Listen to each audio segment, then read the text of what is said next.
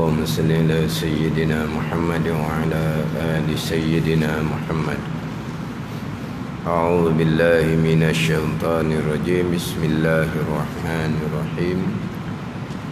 الحمد لله رب العالمين، والصلاة والسلام على سيد المرسلين وعلى آله وصحبه أجمعين.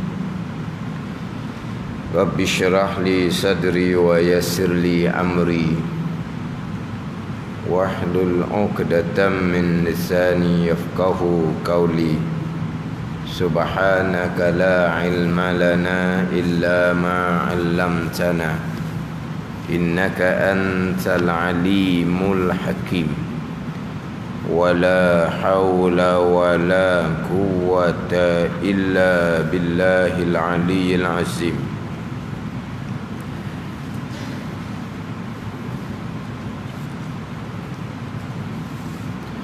Kitab Fathul Mu'in, muka surat 55. Baris atas sekali, petok atas sekali. Qala al-muallifu rahimahullahu ta'ala wa nafa'ana bi'ulumihi amin. Wasalisuha massu farji adamiyin au mahalli qat'ihi walau limayyitin au saghirin qubulan kanal farju au duburan muttasilan au maqtu'an illa ma quti'a fil khitan. Ketiga daripada 4 perkara yang membatalkan wuduk. Ketiga daripada 4 perkara yang membatalkan wuduk menyentuh kemaluan manusia, kemaluan adamiyin, anak Adam, yakni manusia, atau tempatnya, tempat kemaluan jika kemaluan itu putus, baik kemaluan orang mati, anak-anak, kubul, kemaluan hadapan, dubur, kemaluan belakang, terpasang maupun sudah terlepas. Allah, ayat dia, terpasang maupun sudah terlepas. Terpasang macam mana? Muttasilan, yang berhubung, au maqtu'an ataupun terpotong. Diterjemuh dengan terpasang maupun sudah terlepas. Di muttasilan ni hak ada situ itulah, hak berhubung. Maqtu'an ni hak terpotong, aksiden, putus kemaluan. Tengok dia pun ambil pegang. Mana hak terpotong pun sekira-kira masih lagi dinamakan kemaluan, maka kalau sentuh wuduk tetap batal. Sebab apa? Sebab walaupun terpotong, dia punya bisa tu ada lagi. Dia punya bisa tu ada lagi. Jadi hak maqtu'an, terpotong, dia terjemah dengan terlepas. Muttasilan ni hak ada situ itulah, terpasang. Macam pasang buang ni, mana pasang buang ni? Dia muttasilan ni hak berhubung, mana hak tak putus itulah. Maqtu'an ni hak terpotong. Selain potongan khitan, selain ma quti'a fil khitan, barang yang dipotong ketika berkhitan. Kulfah tu nah. Kulfah hak terpotong tu, hak khitang tu, hak tu tidak membatalkan wuduk apabila sentuh. Cuma hak ma quti'a fil khitan ni ketika belum dikhitankan, mana belum lagi dipotong hak kulfah tu, tu kalau sentuh batal wudu. Pandai ni. Hak ma quti'a fil khitan, barang yang dipotong ketika berkhitang ni, kulfah tu. Dia kulfah. Hak potong tu kulfah kalau orang lelaki, kalau hak perempuan dipanggil bazrun. Hak dikhitankan bagi orang perempuan itu dipanggil bazrun. Hak dikhitankan kepada lelaki itu dipanggil kulfah. Hak kulit itu. Tapi kulfah tu ketika masih lagi berada di kemaluan tu, belum dikhitankan. Contohnya budak-budak, budak yang belum berkhitan, tiba-tiba dia sentuh. Ataupun budak yang belum berkhitan ni, contohnya mak ayah dia nak basuh kencing dia, mak ayah dia pegang di kulfah tu, batal wudu. Jadi kulfah ketika berada di kemaluan, sentuh batal wudu. Apabila dipotong, dikerak, hak sudah terpotong tu kalau pegang tidak membatalkan wudu. Menyentuh kemaluan manusia, massa, dia tak sama dengan lamasa atau lamasumun nisa. Lamsun, sentuh tak kira dengan apa-apa pun. Adapun massa, massun, tu sentuh dengan tapak tangan. Hak Nabi kata, man massa farjahu falyatawadda, man massa zakarahu falyatawadda. Sesiapa yang sentuh kemaluannya, maka hendaklah ia berwudu. Bila sebut kata massa, sentuh dengan tapak tangan. Ini dalam mazhab Syafi'i kita lah. Menyentuh kemaluan manusia, menyentuh kemaluan manusia, farash. Farash ni dia anggota yang berlubang, itu dia panggil farash. Terbenar kemaluan hadapan lelaki, kemaluan hadapan perempuan, dan terbenar dubur, dipanggil farash. Sebab farash ni yang berlubang, maka terbenar dubur. Pandai ni. Jadi cuma orang kita ni biasa sebut farash pergi kepada kubul bagi perempuan. Dia kubul bagi perempuan dipanggil badak. Di farash ini hak yang berlubang. Termasuk kemaluan lelaki pun panggil farash, termasuk dubur pun dia panggil farash. Sentuh farash Adam. Dia terjemah farash dengan kemaluan. Farash anak Adam. Jadi kalau farash tu parah binatang, parah binatang, hak tu tak batal wudu. Jadi pergi sentuh farash binatang tidak membatalkan wudu. Walaupun ada satu pandangan dhaif dalam mazhab Syafi'i mengatakan bahawa sentuh farash binatang membatalkan wudu juga. Sentuh farash binatang ada pandangan dhaif dalam mazhab Syafi'i kitanya, membatalkan wudu juga. Sentuh kemaluan binatang batal wudu juga. Ni hak pandangan muktamadnya, sentuh kemaluan manusia sahaja yang membatalkan wudu. Adapun kalau sentuh farash jin, sentuh farash jin, hukum dia sama juga, batal wudu. Jin mana disentuh tak tahulah. Jin tu merupakan seorang manusia, dia sentuh kemaluan jin, membatalkan wudu juga. Kemudian berkaitan dengan sentuh farash manusia ni, ni pun banyak khilaf di kalangan ulama. Yang masyhurnya adalah khilaf dengan mazhab Hanafi. Yang mana mazhab Hanafi sentuh kemaluan kubul ataupun dubur tidak membatalkan wuduk. Hak ni hak saya pernah sebut sebelum ni, ya, yang biasa dijadikan sebagai ilmu pengetahuan kepada kita berkaitan dengan kenapakah berkhilaf di kalangan ulama. Di antaranya adalah contohnya berkaitan dengan sentuh kemaluan. Jumhur termasuk mazhab Syafi'i membatalkan wudu. Walaupun antara mazhab Syafi'i dengan mazhab Maliki sendiri pun ada perbezaan. Antara mazhab Syafi'i dengan Hambali pun ada perbezaan. Tetapi hak nyatanya ada perbezaan dengan mazhab Hanafi. Sebab mazhab Hanafi sentuh kemaluan tidak membatalkan wuduk.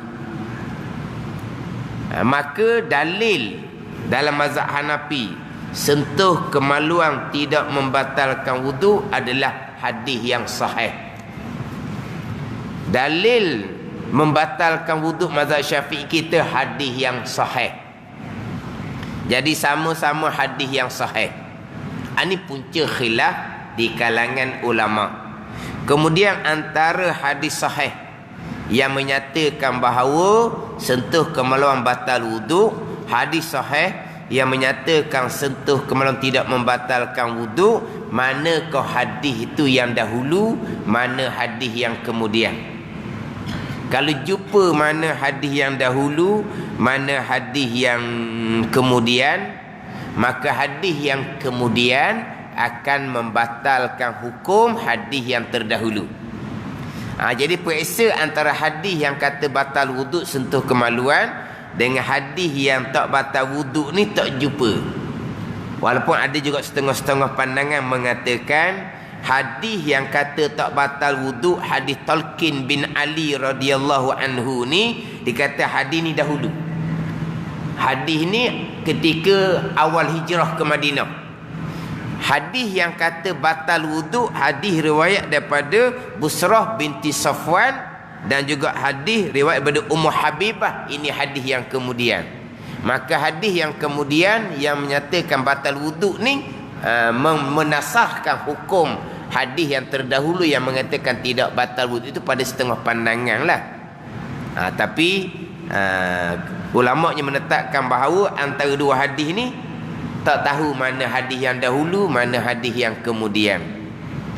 Jadi hak Imam Hanafi dia ambil hadis Talqin bin Ali radhiyallahu anhu sebab diriwayatkan oleh sahabah lelaki. Adapun Busrah Ummu Habibah itu sahabat perempuan. Tapi mazhab Syafi'i kita dan juga mazhab yang lain, dia ambil hadis Busrah dengan Ummu Habibah walaupun perempuan tapi sahabiyah. Sahabah perempuan dengan sahabat lelaki sama saja kedudukan di sisi Allah Subhanahu wa taala. Serta hadis Busrah serta hadis Ummu Habibah ni lebih banyak yang meriwayatkan hadis ni. Maka mazhab Syafi'i kita ambil hadis Busrah dengan hadis Ummu Habibah, sentuh kemaluan membatalkan wuduk. Man massa farjahu falyatawadda, man massa zakarahu falyatawadda. Ini hadis yang kata batal. Hadis Talqin bin Ali berkaitan dengan seorang lelaki menyentuh kemaluan. Maka ditanya akan Nabi, adakah wajib atas lelaki ini mengambil wuduk? Nabi pun jawab, innama huwa bid'atun minka, ataupun innama huwa mudghatun minka. Sesungguhnya ia kemaluan ni satu potong daripada anggota tubuh macam anggota lain. Macam tangan kaki juga mudghatun minka. Mudghah ni segempal daging daripada engkau, macamlah anggota yang lain. Pegang tangan, pegang kaki wuduk batal ke tak? Tak batal. Pegang kemaluan pun wuduk tak batal. Ada riwayat menceritakan lelaki ni sentuh kemaluan dalam sembahyang. Lelaki ni sentuh kemaluan sembahyang. Maka ditanya akan Nabi SAW. Nabi jawab, hal huwa illa bid'atun minka, tidak adalah kemaluan melainkan satu potong anggota daripada engkau. Anggota lain kita sentuh, batal tak wuduk? Tak batal. Jadi situ kemaluan pun tak batal wuduk. Kata Sayyidina Ali karramallahu wajhah, la ubali masattuhu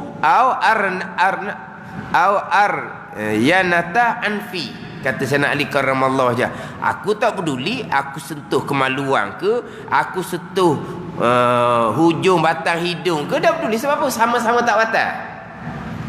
Sayyidina Ali kata la ubali masattuhu aryanata anfi. Aku tak peduli aku sentuh kemaluan ke, aku sentuh hujung batang hidung ke, sama je, tak batal wuduk pun. Ni hak dalil kata tak batal wuduk. Ni punca khilaf. Punca khilaf di kalangan ulama. Yang kadang-kadang timbul muskil kitanya, Qurannya satu, nabinya seorang, kenapa kau berbeza pandangan? Kemudian pula antara imam-imam ni ada kaitan. Imam Maliki guru Imam Syafi'i, murid Imam Hanafi guru pada Imam Syafi'i, Imam Syafi'i guru pada Imam Hambali. Jadi kenapa ni antara guru dengan murid ni bersalahan-salahan? Itu cerita khilaf antara mazhab. Belum cerita lagi khilaf di antara imam-imam dalam satu-satu mazhab. Ini bab furung agama. Itu khilaf antara mazhab. Hak imam-imam mazhab ni pula ada khilaf pula antara satu sama lain. Pada ni. Jadi di antara puncanya tadilah. Antara puncanya sama-sama hadis sahih. Hak kata batal wuduk hadis sahih. Hak kata tak batal wuduk pun hadis sahih. Terkadang khilaf ulama ni kerana dari segi lughah. Dulu kita bicara bab tayammum. Dalam Al-Quran Allah Ta'ala berfirman, fatayammamu sa'idan tayyiba. Maka hendaklah kamu tayammum dengan sa'id yang bersih. Sa'idan ni kalau bahasa Arab ada dua makna. Satu makna turabun lahu ghubar, tanah yang ada debu. Satu makna laginya martafa'a alal ardi, barang yang ada atas muka bumi, itu panggil sa'idan. Sebab tu mazhab Maliki, tepuk meja ke, tepuk dinding ke, tepuk apa ke, tak ada masalah, itu sa'idan. Tapi hak Nabi tepuk debu, sunat tepuk debu. Sebab debu pun sa'idan juga, barang yang ada atas muka bumi, debu ke, tanah kor ke, batu keras ke, tepuklah belakangnya. Itu dipanggil sa'idan. Itu mazhab Maliki. Dan setengah pandangan dalam mazhab Hanafi. Sebab dari segi lughah tu sendiri. Itu dia khilaf ulama. Ayat Al-Quran qat'i putuh. Tapi makna ayat zanni dah lah. Sebab dari segi lughah sa'idan, tanah yang ada debu. Sa'idan juga barang yang ada atas muka bumi. Ini punca khilaf. Quran satu. Wal mutallaqatu yatarabbasna li anfusihim salasata quru tu. Wal mutallaqatu yatarabbasna bi anfusihim salasata quru. Bagi perempuan yang diceraikan, maka menanti mereka akan diri mereka 3 quru. Salasata quru'in. Quru'in jamak pada qar'in. Qar'in ni dari segi lughah, suci pun panggil qar'in, haid pun panggil qar'in. Dah. Jadi mazhab Syafi'i kita, mazhab Maliki 3 kali suci. Mazhab Hanafi Maliki 3 kali haid. Ada gitu. Sekarang ni perempuan yang diceraikan, dia kena menanti iddah 3 quru. 3 quru qar'in ni dari segi lughah Arab terbenar makna haid, terbenar makna suci, terbenar makna haid. Jadi kita maklum mazhab Syafi'i kita 3 kali suci. Haid yang ketiga boleh berkahwin dah. Mazhab Hanafi Maliki, haid yang ketiga tu belum habis iddah lagi. Pada ni Kena suci yang keempat ni barulah habis iddah. Mana kalau haid yang ketiga tu 7 hari, lambat 7 hari tu nak habis iddah. Dan ambil dia orang lain dulu. Apa dah ni? Sebab kita mazhab Syafi'i 3 kali suci. Suci, haid, suci, haid, suci, haid. Lepas tu suci, haid yang 3 tu boleh kahwin dah. Haid yang 3 boleh kahwin. Ada pun mazhab Hanafi Maliki, kalau cerah dalam haid, haid tu tak bilang. Haid tu dah bilang. Suci, haid, suci, haid, suci, haid, haid yang ketiga tak habis lagi. Tak habis iddah lagi. Mazhab Syafi'i kita, haid yang 3 tu sudah suci 3 kali. Iddah sudah habis, boleh berkahwin dah. Ayat mana? Ayat sama je. Salah satu quru. Ayat Al-Quran qat'i putus. Tapi makna dia 3 quru, 3 suci ke 3 haid? Mazhab Syafi'i 3 suci. Mazhab Hanafi Hambali 3 haid. Tapi beza tu. Sebab mazhab Hanafi Hambali ni dia kiranya haid yang ketiga tu last. Mazhab Syafi'i haid yang ketiga tu sudah boleh berkahwin. Maknanya kalau haid yang 3 tu 7 hari, jadi mazhab Hanafi Hambali ni iddah dia lambat 7 hari. Mana ni? Tu kata sempat dan kebah dia orang lain dulu dah jawapan dia. Nak tunggu kering haid yang ketiga. Mazhab Syafi'i haid yang 3 sudah habis iddah. Ni dia antara punca khilaf. Ayat Quran yang satu, tapi makna berbeza dari segi lughah. Hak tadi tu hadis sama-sama sahih. Satu hadisnya sentuh kemaluan batal wudu, hadis sahih. Satu hadis laginya sentuh kemaluan wudu tak batal, hadis sahih. Ni hak punca khilaf ulama. Memang kadang-kadang kita jadi tertanya-tanya. Quran satu, Nabi seorang, kenapa tak jadikan satu? Lepas tu kita orang kemudian tak payahlah kita nak periksa. Nak periksa antara tak payahlah. Kita turut sebagaimana hak khilaf yang muktabar di kalangan ulama-ulama. Ada pula sekarang ni dia nak tengok antara khilaf-khilaf tu mana yang lebih hampir dengan yang sebenar. Kita akan ambil yang terlebih hampir dengan yang sebenar. Ini khilaf di kalangan ulama hak kurun yang kedua, kurun yang pertama, kurun yang kedua, yang masih lagi hampir dengan Nabi sallallahu alaihi wasallam. Kita nak cerita kita sekarang ni berapa lapis ilmu nak sampai kita. Ilmu kita setara mana? Keberkatan ilmu kita setara mana? Ni nak banding, tiba-tiba dia nak periksa manakah dalil yang terlebih hampir, dia kata dengan tepat, dia kata ni hebat ni. Ni kita cerita pandangan-pandangan je lah. Jadi kalau mazhab Hanafi memang sentuh kemaluan tidak membatalkan wudu. Sebab tu terkadang bila sebut berkaitan dengan kita berimamkan dengan imam yang mazhabnya lain, yang mana imam tu melakukan perkara yang membatalkan wudu nisbah mazhab Syafi'i. Tu imam tu dia masuk tangan di dalam, dia garu, pegang kemaluan. Kita boleh turut Dr. Imam ni, sebab tu imam tu sudah sentuh kemaluan, wudu kira sudah batal. Dr. Imam mazhab Hanafi. Macam mana kita nak turut? Itu di antara dia buat contoh. Sekarang kita berimamkan dengan imam yang contohnya dia kata Syafi'i berimamkan Hanafi yang menyentuh kemaluan, Syafi'i berimamkan Hanafi yang sentuh perempuan. Dia buat contoh gitu. Mana Syafi'i ni hak makmum bermazhab Syafi'i, mengikut imam yang bermazhab Hanafi yang melakukan perkara yang membatalkan wuduk nisbah mazhab Syafi'i. Kita boleh turut dah. Ni hak timbul dalam kitab-kitab fiqh. Kita boleh turut lah kalau kita kira kita pakai mengikut pandangan mazhab mereka yang kata tak batal wuduk, kita turut lah.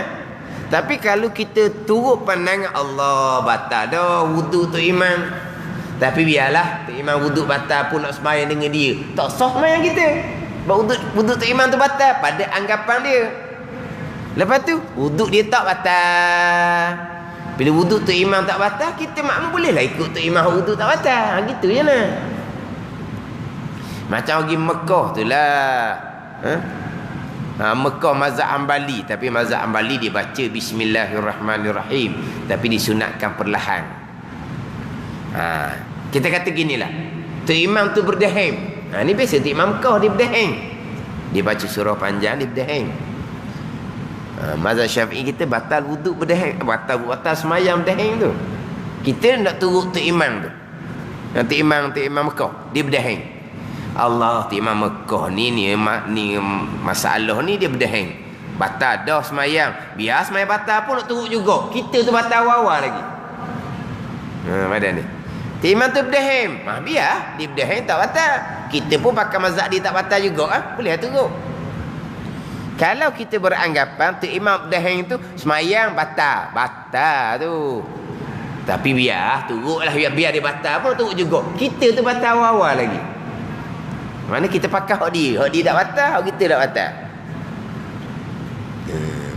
Samalah hak kata hak tu imam tak baca bismillah tu. Sama ada tu imam tak baca bismillah tu di Mekah ke di Malaysia ke, sama je.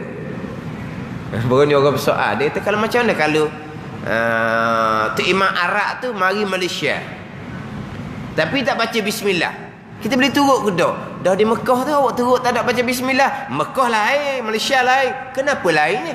Sama je.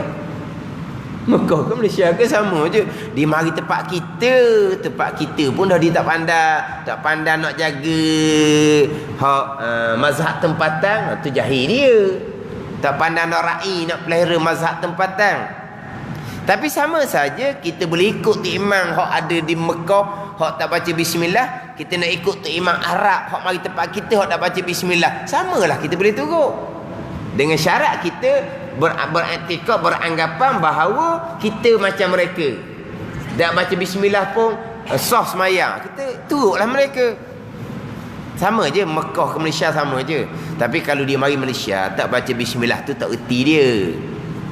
Tak erti lah orang panggil. Tak ra'i ni. Ini mazhab tempatan. Ni adalah mari-mari di Terengganu tak baca bismillah. Mak kejutlah orangnya. Dia wa'ek tak ada wa'ek. Mari tempat orang. Tak baca bismillah. Lepas tu kunut tak baca. Tak kunut tak baca pula. Lama-lama dia tak baca kunut ni, makmum pun sujud sahwi. Sujud sahwi. Lepas diri salam mak wujud sahwi. Gelepor dia nak marah. Dia nak marah kepada wujud sahwi. Mana wujud sahwi tu beranggapan dia tak sempurna. Wujud sahwi. Dia pun marah. Belebek. Akhirnya dia pun baca kunut. Tak reti dia. Mari tempat orang. Jadi dia tak baca kunut. Mula-mula tu orang tak wujud sahwi. Turut dia je. Lepas tu bila tanya saya kata wujud sahwi. Orang pun wujud sahwi. Wujud sahwi marah lalu dia. Marahlah wujud sahwi. Sebab kira dia tu tak sempurna. Betul lah. Sebab tinggal sunat abad. Lepas tu baru dia baca kunut. Lama-lama orang tak ambuh lah. Sebab apa? Tak pandai. Mari tempat orang. Kirailah mazhab tempat orang. Kita ni menumpang. Tapi kita turut boleh ke tak? Dia tak baca bismillah. Tapi bukan di Mekah, di Malaysia. Sama sahaja. Kalau kita turut sebagaimana mazhab mereka, okey. Kalau Mekah sekalipun, kalau kita kira tak baca bismillah, tak sah semayang. Tapi nak turut juga kita tak sah semayang. Macam tadilah. Kalau tu imam Mekah tu berdahing, batal dah semayang tu imam Mekah ni. Biarlah batal pun dah tu imam Mekah, turutlah tu imam batal. Batal kita. Jadi samalah juga kalau kata tu imam Melayu. Tu imam Melayu bukan Arab pun dia berdahing. Samalah juga. Kita semayang belakang dia berdahing. Ni bukan tu imam Arab ni, tu imam Melayu dia berdahing. Macam mana tu? Kita pakai tak batal lah. Kita boleh turut. Kalau kita pakai pandangan kata batal, kita wajib yang mufarakah serta-merta. Tak boleh tangguh-tangguh.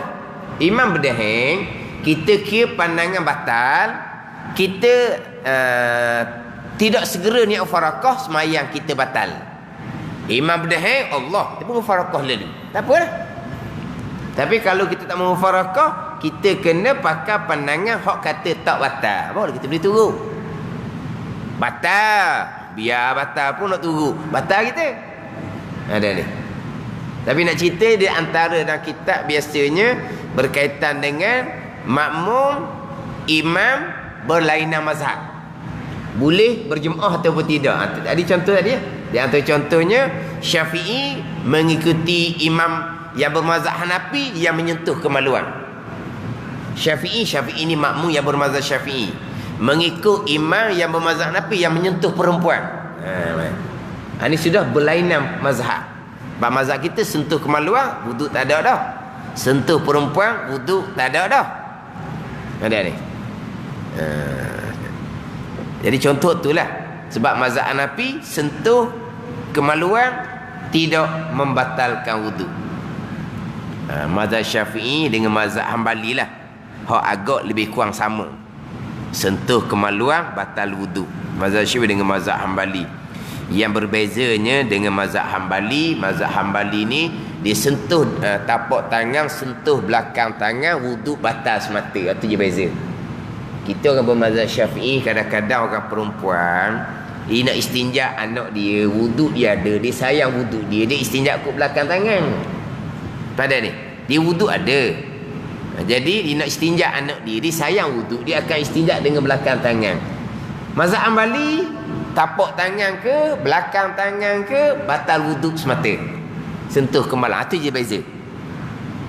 Lepas tu hak kemaluan yang disentuh tu sama saja. Kubul ataupun dubur membatalkan wuduk. Adapun mazhab Maliki, sentuh dubur tidak membatalkan wuduk. Mazhab Maliki, sentuh dubur tidak membatalkan wuduk. Sebab memang tidak ada hadis cerita sentuh dubur. Hadis cerita man massa farjahu, faraj. Man massa zakarahu, zakar. Tak ada sentuh dubur. Tapi mazhab Syafi'i, mazhab Hanafi ni faraj adalah anggota benda yang berlubang, maka termasuk dubur. Tapi ada tak hadis itu sebut bab sentuh dubur? Tidak ada. Sebab tu mazhab Maliki, sentuh dubur tidak membatalkan wuduk. Sama dengan kaul qadim dalam mazhab Syafi'i.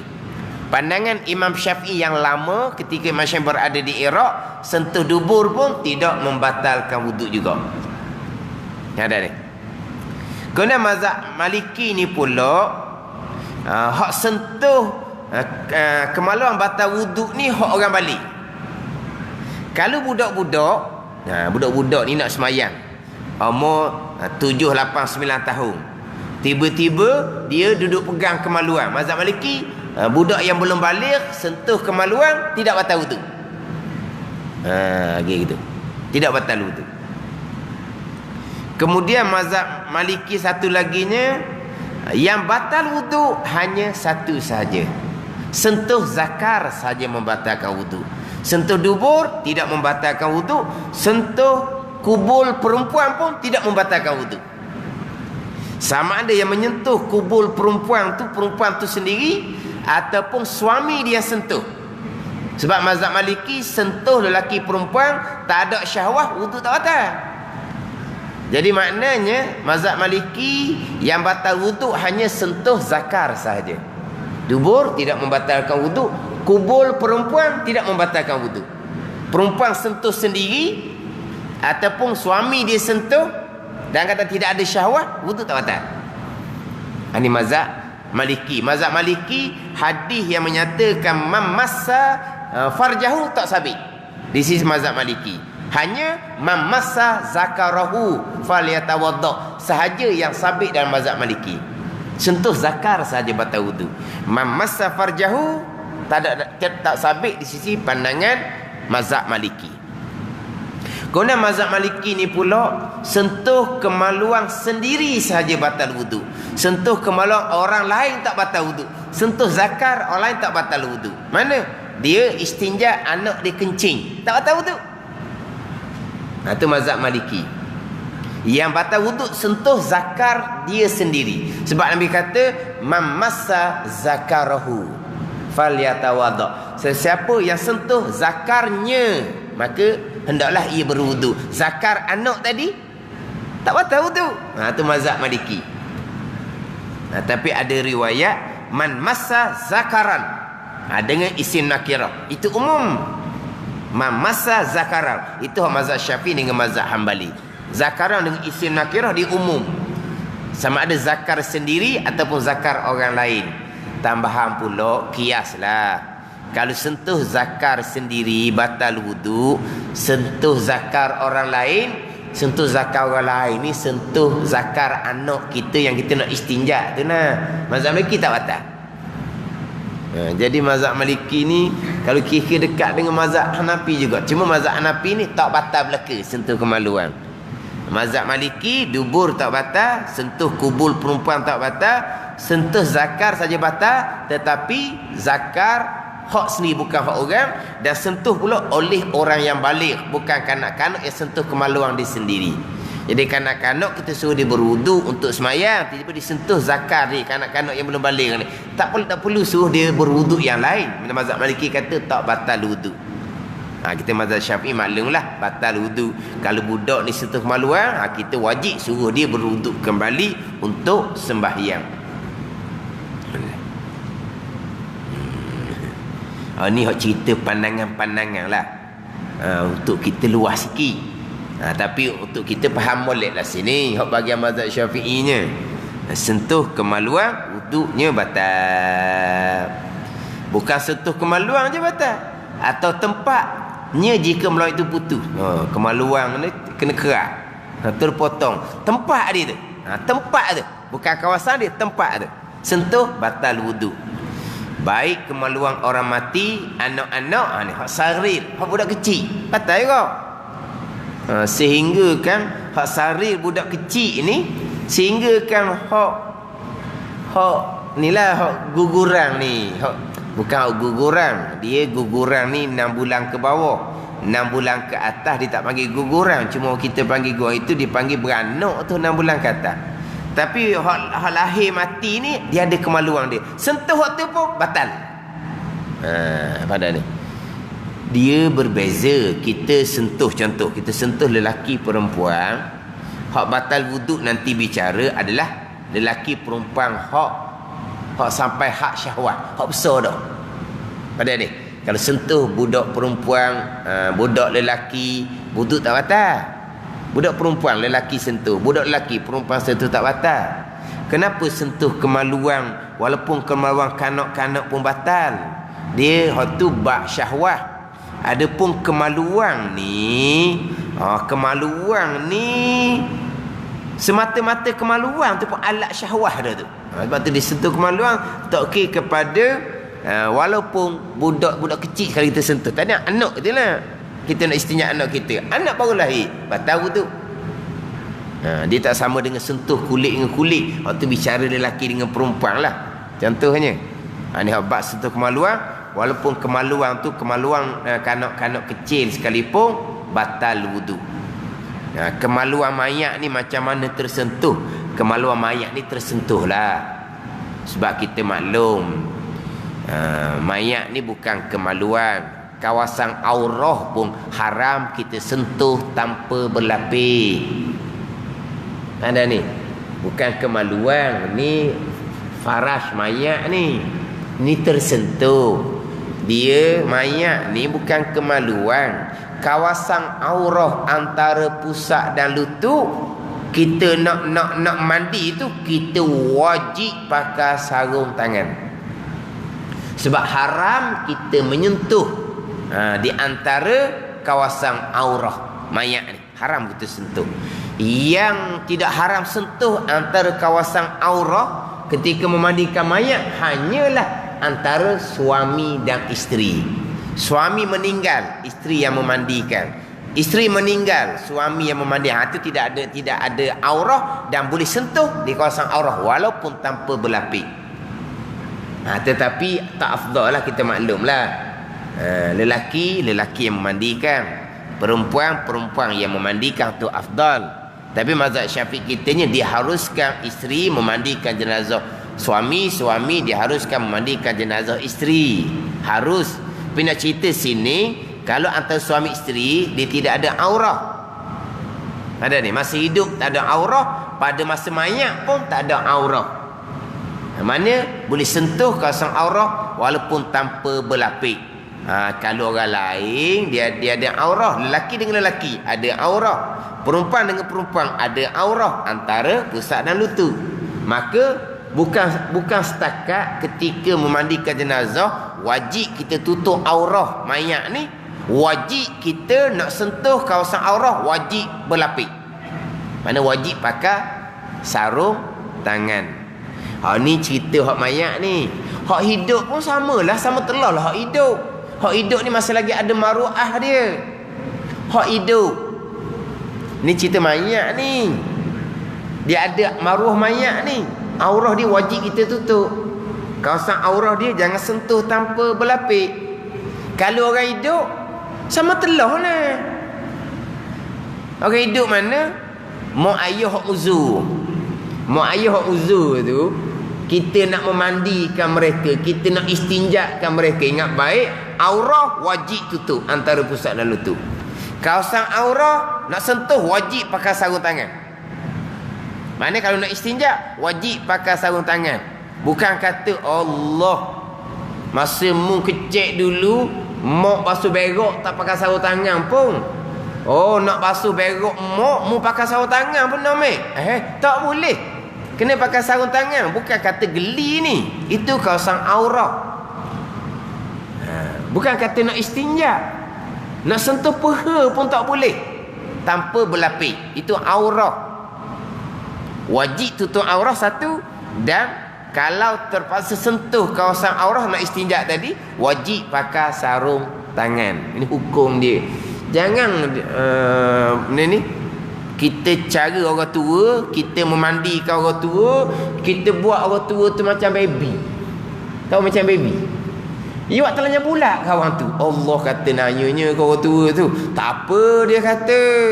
Mak anak perempuan yang uruskan, menantu perempuan yang uruskan. Ayah anak lelaki yang uruskan, menantu lelaki yang uruskan. Ni tak erti bab aurah. Aurahnya sama sahaja, lelaki ke perempuan ke, sebut kata mahram antara pusat dan lutut, sama je aurah. Dengan mak ni sama ada anak perempuan, menantu perempuan, anak lelaki, menantu lelaki, aurahnya antara pusat dan lutut. Ayah ni sama je anak mana pun, anak menantu lelaki ke perempuan sama je antara pusat dan lutut. Ni tak kena aurah ni. Dikira macam dah mak anak perempuan yang mandikan, yang istinjakan. Tak ada aurah. Dak aurah antara pusat dan lutut. Cuma kita biasanya kalau mak hak puang lah cara, dak kekok sangat. Kalau ayah ni hak laki lah cara, sebab dak kekok sangat. Tu je. Bab aurah sama. Dia buat macam baby, dia buang saruk, buang. Tengok dia pakai lanya bulat gitu je. Jangan kata. Mati dah pun wajib kita tutup aurah. Mati dah pun jangan sentuh kawasan aurah tanpa berlapik. Ni hidup lagi kawan tu. Dia buat macam kawan tu tak ada maruah dia buat. Cara mak ayah ni besar sangat dah pahalanya. Besar sangat pahala, jalan ke syurga dah. Tapi jaga hukum hakam molek. Jadi dia kata sentuh kemaluan mayat ni mungkin tersentuh lah. Jadi tersentuh kemaluan mayat. Yang memandikan tu ada air semayang. Sebab yang memandikan mayat disunatkan berwuduk dahulu. Sudah memandikan mayat, disunatkan mandi sunat selepas memandikan mayat. Tapi kalau orang memandikan mayat, dia sudah memandikan mayat, dia disunatkan mandi. Disunatkan mandi. Kalau orang yang hanya menolong, dia tidak menyentuh mayat, hanya disunatkan berwuduk kemudian. Tetapi orang yang nak memandikan mayat ni, sebelum tu dia disunatkan ambil semayang. Ni nak mandi mayat ni, sudah mandi mayat disunat mandi. Ni sebelum mandi mayat dia sunat ambil wuduk yang memandikan mayat ni. Ataupun nak wudukkan mayat selepas mayat tu selesai dimandikan baru wuduk mayat. Kan kita disunatkan wuduk mayat kan, waktu selepas kita selesai mandi.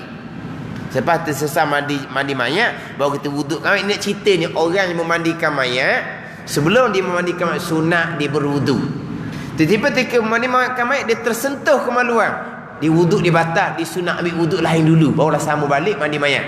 Kalau tersentuh kemaluan, sebab sentuh kemaluan mayat sekalipun wuduknya batal. Wuduk siapa ni? Wuduk orang hidup tu lah. Baik kubul ataupun dubur. Kubul ni kemaluan hadapan, sama ada kemaluan lelaki ataupun kemaluan perempuan. Dubur ini kemaluan belakang. Ini mazhab Syafi'i itu kaul jadid. Kemudian kemaluan ni terpasang maupun sudah terlepas. Masih lagi terpasang ni, hak tak putus tu lah, ataupun sudah terpotong. Sudah terpotong sekira-kira nama kemaluan lagi. Tapi kalau kemaluan tu hancur lebur, kena pijak contohnya, tak panggil dah kemaluan, tak apa tu sentuh, tak batal wuduk. Hak terpotong ni hak masih lagi dinamakan dengan nama kemaluan. Sentuh batal wuduk. Selain potongan khitan. Jadi hak khulfah yang dipotong ketika berkhitan, itu tidak membatalkan wuduk selepas dipotong. Ketika berada di kemaluan, khulfah itu kalau sentuh wuduk batal. Khulfah ketika berada di kemaluan, belum dikhitankan, khulfah. Tahu khulfah? Kuluk tu lah, kulit tu. Kulit tu kita panggil kuluk tau, dia panggil khulfah. Jadi kulit itu ketika belum dikhitankan, masih lagi berada di kemaluan, sentuh batal wuduk. Selepas dikhitankan, dipotong, kalau sentuh tidak membatalkan wuduk. Kemudian nak cerita pula hak kemaluan hadapan, kemaluan belakang, hak mana ke hak sentuhnya batal wuduk. Hak ni pun tak tahu juga orang kita ni. Sebenarnya kawasan mana kau hak sentuh hak batal wuduk. Kalau hak dubur, hak mana kau hak batal wuduk. Kawasan mana hak kemaluan yang kita sentuh hak membatalkan wuduk. Wan naqidu minad duburi multaqal manfazi wa min kubulil mar'ati multaqa syufraiha 'alal manfazi la ma wara'ahuma kamahalli khitaniha. Wallahu a'lam. Bismillahirrahmanirrahim. Alhamdulillahirabbil alamin, wassalatu wassalamu ala sayyidil mursalin wa ala alihi wa sahbihi ajma'in. Allahumma iftah alaina futuhal arifin. Allahumma allimna ilma aqdamin wa fahimna famas sabiqin warzuqna ruqat talibin. Allahumma zidna ilma wa alhiqna bis salihin. Wa sallallahu ala sayyidina Muhammad wa ala alihi wa sahbihi wa sallam. Walhamdulillahi rabbil alamin.